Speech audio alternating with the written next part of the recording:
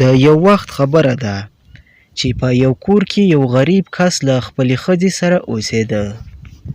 هغه کس به سهار د وخته لاړو ځنګل ته. هلته به یې ونې وهلې. کله چې به یې ونې پرې کړلې نو هغه لرګي به یې راواخیستل او بازار ته به یې یوړل او هغه لرګي به یې په بازار کې په پیسو باندې خرڅ کړل او په هغو پیسو باندې به یې د کور د خوراک څښاک دپاره څه ناڅه راوړل. هغه کس او ښځه یې په کور کې یوازې اوسېدل. د خدای کړه و د هغوی هېڅ بچي نه ول.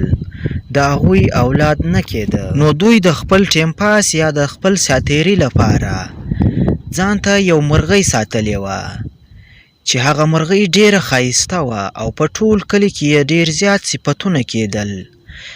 چا به دا هم ویل چې دا یو جادویي مرغۍ ده. دا هر څه کولی شي. نو ځکه به د کلي خلک راتلل او له دوی څخه به یې دا مرغۍ په بیه اخیستله، خو دوی به ورته هر ځلې انکار کاوه. ما ستاسو د دې مرغۍ ډېر زیات صفتونه اورېدلي دي او دا مې هم اورېدلي دي چې دا یو جادویي مرغۍ ده.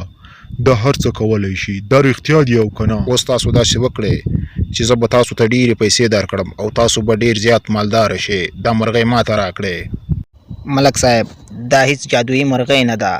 دا موږ د خپل ساتیري لپاره ساتلې ده. هغه ځکه چې زموږ هیڅ بچي نشته. موږ خپل ټیم پاس پې کوو او دا مرغۍ موږ چاته په بیه نه ورکوو. خفه نه شئ ملک صاحب. په دې کلي کې یو محنتي بوډا اوسېده چې هغه ډېر زیات غیرتمند او محنتي بوډا وي. هغه به ټوله ورځ خواري او محنت کاوه. هغه یو زوی هم درلوده د شمشو په نامه چې هغه به ټوله ورځ خوشی تشی ګرځېده. یاره دا زموږ په کلي کې چې کوم بوډا کس اوسېږي هغه ډېر زیات محنتي او غیرتمند انسان دی، خو دا زوی شمشو یې ټوله ورځ خوشی تشی ګرځي، هیڅ کار نه کوي. او مشره ټیک دی وویل. هغه بوډا ډېر ښه محنتي بوډا دی، خو دا زوی شمشو یې ټوله ورځ بېروزګاره ګرځي، هیڅ کار نه کوي. ټیک دی وویل. بیا نو شمشو هم ولاړ شي هغه غریب کس ته چې هغه مرغۍ ځینې وغواړي. اورېدلې مې دي چې ستاسو مرغۍ ډېره ښایسته ده. تاسو دا مرغۍ چېرته موندلې؟ د کوم ځای نه مو راولي؟ ووایاست. شمشو، دا مرغۍ ما ته زما یو انډیوال رالیږلې چې دا ډېره ښایسته مرغۍ ده. په ټول کلي کې یې صفتونه کېږي. اوس تاسو دا وکړئ چې دا مرغۍ ما ته راکړئ چې څومره پیسې غواړئ هغومره پیسې به زه تاسو ته درکړم. نه شمشو، خفه نه شئ. دا مرغۍ موږ نه خرڅوو. دا مرغۍ موږ د ساتیري لپاره ساتلې. هغه ځکه چې زموږ هیڅ بچي نشته. موږ خپل ټیم پاس پې کوو. چې کله دا غریب کس و شمشو ته د مرغۍ د ورکولو انکار وکړي نو شمشو ځان سره وایي چې په څه ناڅه طریقه به لازما دا مرغۍ له دوی څخه وړم.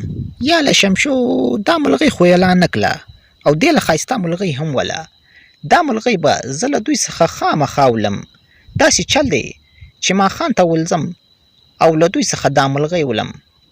دوی هسې هم دا مرغۍ د خونې په چت ږدي، نو دا مرغۍ به زه خامخا له دوی څخه ولم. بیا چې کله ماښام شو او شپه ناوخته شوه نو دا غریب کس او ښځه یې ویده ول. نو دا شمشو راغلو د کوټې په چت وخوت. د مرغۍ د پټولو هڅه یې کوله. یا د دوی چې دا غریب کس د مرغۍ د کوټې په چت ایښودله. شمشو چې کله د مرغۍ د پټولو هڅه کوله نو ناڅاپه یې خپه وښویېدله او د کوټې د چت نه په ځمکه راګوزار شو او یو درز یې شو. نو په دې درز باندې هغه غریب کس او ښځه یې دواړه راویښ شول. یا ښځې، دا څه بلا د کوټې د چت نه راګوزار شوه؟ دا انسان دی که څه بلا ده؟ سړیه، زه څه خبره یم چې دا څه بلا ده؟ زه خو ډېره یریږم. بیا نو د یری د لاسه هغه غریب کس او ښځه یې په زوره چغې کړي چې په هغه چغو باندې د کلیوالا راویښ شي او یو کس د دوی کره راشي. او کلیوالا، زموږ کره بلا راغلې، بچاو مو کوئ، بچاو مو کوئ، زموږ کره بلا راولوېده، بچاو مو کوئ. څه چغې مو جوړې کړې؟ ټول کلیوالا مو د خوب نه راویښ کړل. دا څه بلا دلته پرته ده؟ دا خو انسان دی. یاره زه څه تې خبر وم؟ ما خو ویل بلا د کوټې د چت نه راولوېده. دا خو انسان دی. ستاسو د هم سترګې ووځي چې د انسان او د بلا په فرق نه پوهېږئ. چغې وهئ، ټول خلک مو د خوب نه راویښ کړل. خیر، چې انسان دی نو انسان دلته په توره شپه کې زموږ کره څه غواړي چې دلته زموږ کره راځي؟ د دې څه مطلب دی؟ ولې دلته راغلی؟ غریبه، دا زه پیژنم چې هغه زموږ د کلي د بوډا زوی شمشو دی. دا ټوله ورځ خوشي تشي ګرځي، هیڅ کار نه کوي. کېدای شي چې ستاسو سره کوم قیمتي شی وي او هغه غلا کوي. او د کوټې چت ته ختلی وي او رالوېدلی وي ستاسو کره کوم قیمتي شی شته او که نه زمونږ کره بل قیمتي شی نشته یوه مرغۍ ده چې ډېر ښایسته ده او په ټول کلي کې صفتونه کېږي ټول خلک راځي زمونږ نه دا مرغۍ په بیه اخلي خو موږ یې نه ورته ورکوو خو سهار دا شمشو هم زمونږ کره راغلی و او د مرغۍ د په بیه اخیستلو کوشش یې کاوه خو موږ نه وی ورکړ. بیا دا غریب او ښځې یې دا شمشو راواخیسته او په کټ یې کېښوده. شمشو بېهوشه وي. دوی بیا د شمشو هغه بوډا پلار هم راوغوښته. دا زما زوی شمشو ولې په کټ پروت دی او بېهوشه ولې دی دا څنګه دلته راغلو ووایه غریبه. موږ څه ته خبر یو چې شمشو دلته څنګه راغلو. د شپې ناوخته چې زه او ښځه کله ویده وو نو یو درس شو چې کله راویښ شو ومې کتو نو شمشو دلته بېهوشه پروت و. زما زوی ټوله ورځ خوشی تشی ګرځي هیڅ کار نه کوي او زما پې شک دی چې دی بغلاوې هم کوي کیدای شي چې ستاسو کره کوم قیمتي شی یې لیدلی وي او هغه پټولو راغلی وي او د خونې د چت نه رالوېدلی وي. بوډا زمونږ کره بل قیمتي شی نشته بس یوه مرغۍ ده چې هغه ډېره ښایسته ده ټول خلک یې صفتونه کوي او ټول خلک یې غوښتلو له زمونږ کره راځي او زمونږ نه یې په بیه اخلي خو موږ یې ورته نه ورکوو. دی هم سهار راغلی و او زمونږ څه یې غوښتنه کړې وه موږ ته مرغۍ نه وه ورته ورکړې. بیا نو لږ ساعت وروسته شمشو په هوش راشي. شمشو ته ولې زمونږ کره په نیمه شپه باندې راغلی وې څه دې غوښتل او په نیمه شپه دې څه کول چې څه دې په کار و نو په ورځ راتلی شوې څه دې کول ووایه. یاله غلیبه زه هر وخت دلته په نیمه شپه باندې ګرځم لا ګرځم کیدای شي چې زه دلته ګرځم او په ځان نه یم پوهېدلی ستاسو کله رالوېدلی یم زه نه یم ترې خبر چې څنګه زه دلته ستاسو کله راغلم ولاکه خبر یم. هوتې بوتې مه ووایه صفا صفا حال راکړه چې څه دې کول که نه اوس به دې غوږونه در پرې کړم حال راکړه زر کوه شابه. یاله غلیبه چې صفا حال په لا وایې نو زه تا ته ډېر زیات ملامت یم او زه تا نه ډېره زیاته معافي غواړم ما معاف کړه.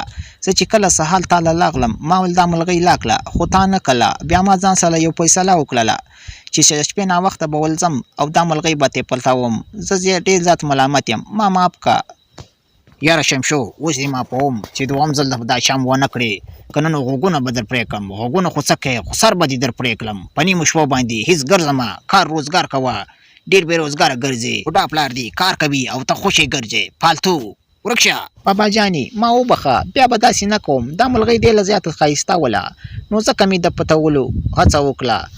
ما هیڅ کلم په ژوند کې غلا نه ده کړې زه د یو محنتي او غیرتمند پلار زوی یم ولاکه بیا ځاته داسې وکړم ما وبخه پلاله ما وبخه.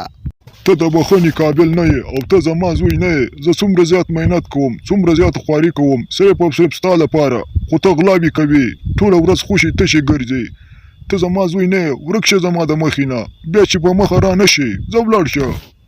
یاره مونږ خو ویل چې دا بوډا ډېر ښه کس دی خو د ده زوی غلاوې کوي ټوله ورځ خوشې تشې ګرځي دا د دې بوډا تربیت دی چې خپل زوی ته یې ورکړي کیدای شي چې دا بوډا هم غلاوې کوي او موږ ته معلومات نه وي. او مشره زما د ډېر وختي نه په دې بوډا باندې شک و چې دی به غلاوې کوي رنګ یې له غلاوو ته شوی و هسې په ظاهره یې محنت کاوه او خلکو ته یې ځان غیرتمند جوړ کړی و دا دی هم غل. ګرانو دوستانو له کیسې څخه مو غرض دا و چې باید موږ د خپلو بچیانو ښه تربیت وکړو چې موږ سره هم بیا داسې ونه شي. ګرانو دوستانو زموږ چینل در سره سبسکرایب کړئ.